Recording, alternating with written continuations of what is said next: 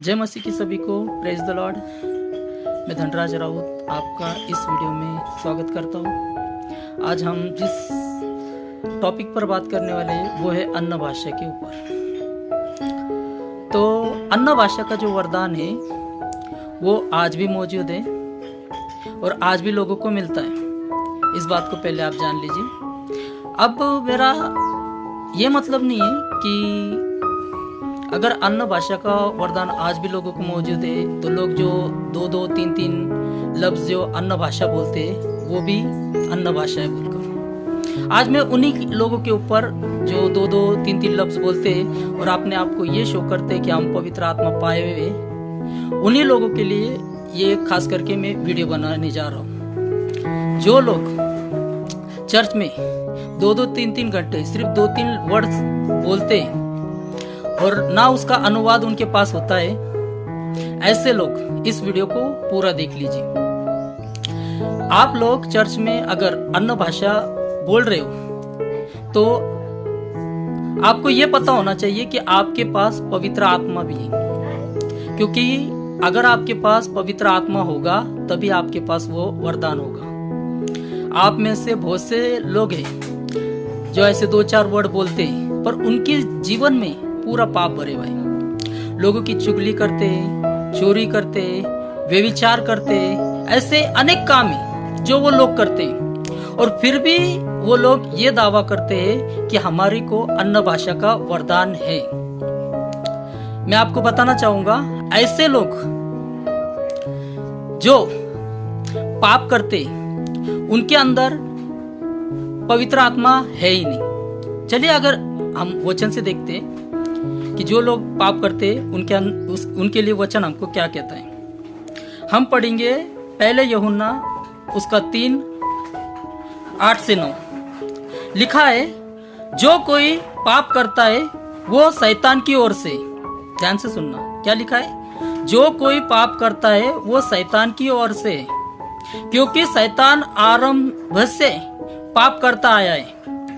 परमेश्वर का पुत्र इसलिए प्रकट हुआ कि शैतान के कामों को नाश करे। जो कोई परमेश्वर से जन्मा है वो पाप नहीं करता, क्योंकि उसका बीज उसमें बना रहता है और वो पाप कर ही नहीं सकता क्योंकि वो परमेश्वर से जन्मा है। तो मेरे प्रिय भाइयों और बहनों, जो भी लोग ऐसे दो दो तीन तीन वर्ड अन्न भाषा में बातें करते हैं, पहले आप अपने लाइफ में देखिए कि आपके लाइफ में आप क्या कर रहे हो। क्या आप लोगों की चुगली कर रहे हो या चोरी कर रहे हो, कोई भी ऐसा काम, व्यभिचार कर रहे हो और फिर भी जाकर अगर आप घंटों घंटों चर्च में जाकर अन्न भाषा में बात कर रहे हो तो सोचिए, अगर आपके पास पवित्र आत्मा ही नहीं है तो वो वरदान कैसे होगा। और मैंने इस बात को एक्सप्लेन इसलिए किया है, मतलब पवित्र आत्मा के विषय में और पाप के विषय में, क्योंकि जो दो दो तीन तीन लफ्ज बोल के है ना घंटों घंटों प्रार्थना करते हैं, वो ऐसे ही लोग हैं जिनकी लाइफ है ना पूरी पाप से भरी हुई। इसीलिए मैंने ना इस टॉपिक को लिया है आज। इनकी लाइफ में ये सारा पाप भरा हुआ होता है और ये लोग क्या है, चर्चों में जाके दो दो तीन तीन घंटे प्रार्थना करते हैं। तो मैं उन लोगों को बोलना चाहूंगा कि अगर आपको ऐसा लगता है कि आपको वरदान है तो पहले आप अपने लाइफ में देखिए कि आपसे क्या पाप हो रहे हैं और क्या नहीं। अगर आप लोगों के बीच जो भी पाप आपसे हो रहे होंगे, अपने आत्मा जानती है इंसान की, हर एक इंसान की, तो आप देखिए अपने अंदर अगर कोई पाप है ना, और फिर भी आप अन्न भाषा बोल रहे हो तो इसका साफ मतलब है कि वो अन्न भाषा है ही नहीं। अगर आपको अन्न भाषा है तो उसका वरदान भी होगा।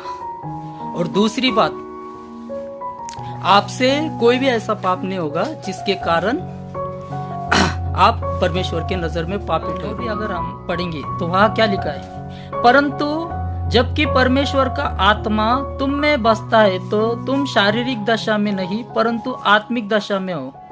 यदि किसी में मसीह का आत्मा नहीं तो वो उसका जन नहीं। रोमियो 8:9 भी हमको ये बता रहा है कि अगर तुम्हारे अंदर मसीह का आत्मा नहीं है तो तुम मसीह का नहीं हो। तो मसीह का आत्मा हमारे अंदर आता कैसे, इस बात को हम देखेंगे।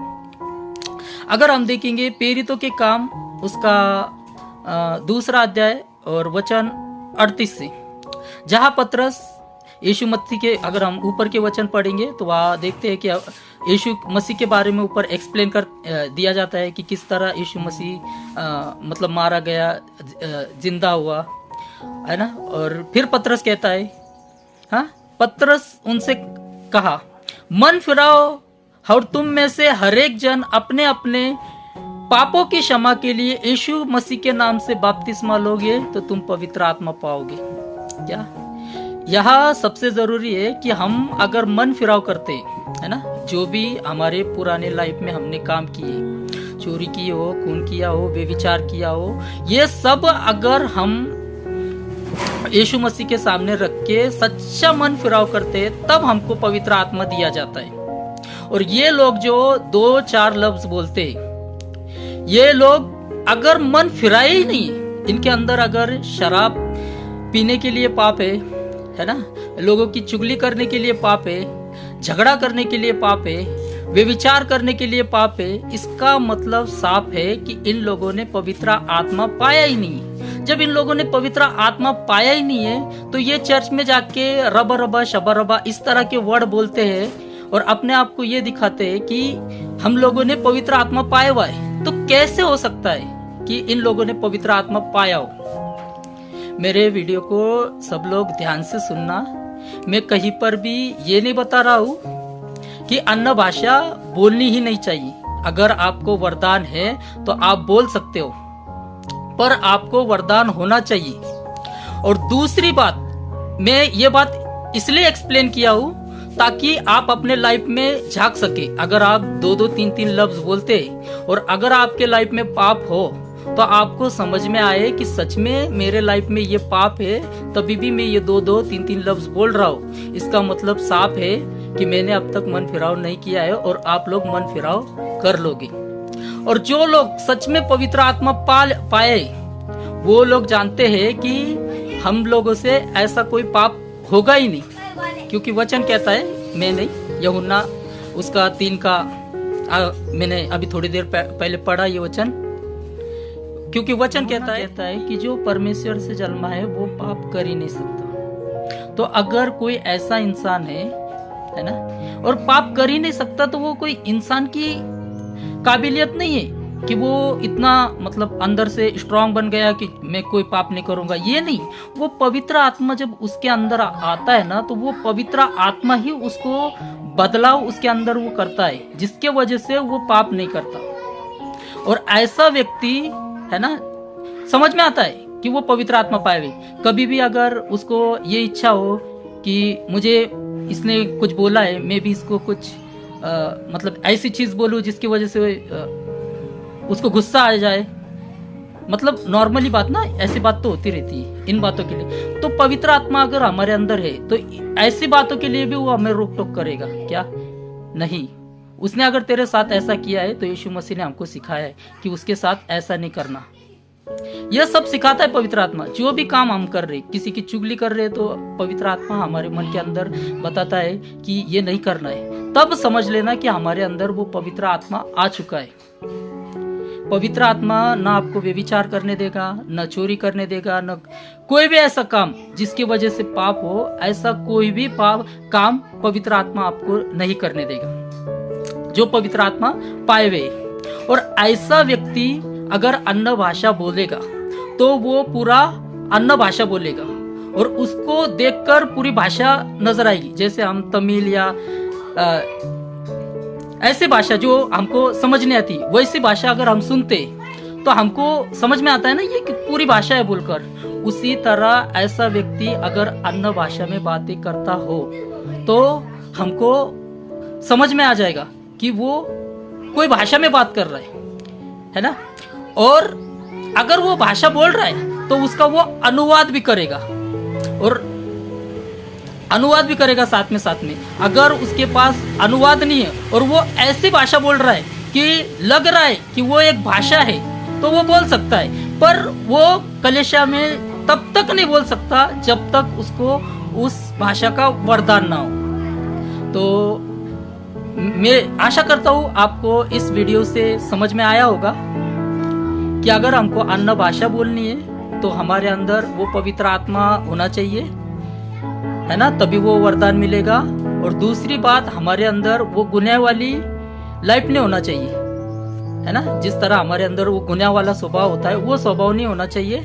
अगर वो स्वभाव है तो आप समझ लोगे कि मैं अन्य भाषा बोलता हूँ पर मेरे अंदर वो स्वभाव है, इसका मतलब मैं पवित्र आत्मा पाया नहीं हूँ। तो ऐसे लोगों ने परमेश्वर से प्रार्थना करनी चाहिए कि हे प्रभु, मुझे तू अपने आत्मा से भर और मुझे मेरे सारे अपराधों से क्षमा कर, है ना। जो भी अपराध मैंने किया है, तो आप ऐसी प्रार्थना जब परमेश्वर से करोगे तो परमेश्वर आपको वो पवित्र आत्मा देगा।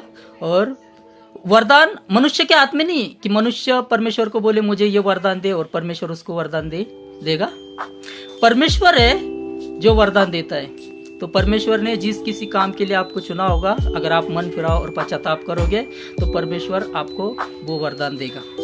तो मेरे इस वीडियो से आप सबको समझ में आया होगा। और अगर आप चाहते हो कि इसी तरह की वीडियो मैं आगे भी बनाऊं तो इस वीडियो को लाइक कर दो, सब्सक्राइब कर दो और ज़्यादा से ज़्यादा लोगों तक फैलाओ। जो लोग मतलब ऐसे पापों में और फिर भी ऐसे 2-2 4-4 लफ्ज बोलते, उन लोगों तक खास करके इन वीडियो को पहुंचाओ, ताकि वो लोग इस वीडियो को देख के समझ पाए और सच में मन फिराव करके वो पवित्र आत्मा को पाए और उन वरदानों को पाए जो परमेश्वर उनको देना चाहता है। तो जय मसीह की सबको।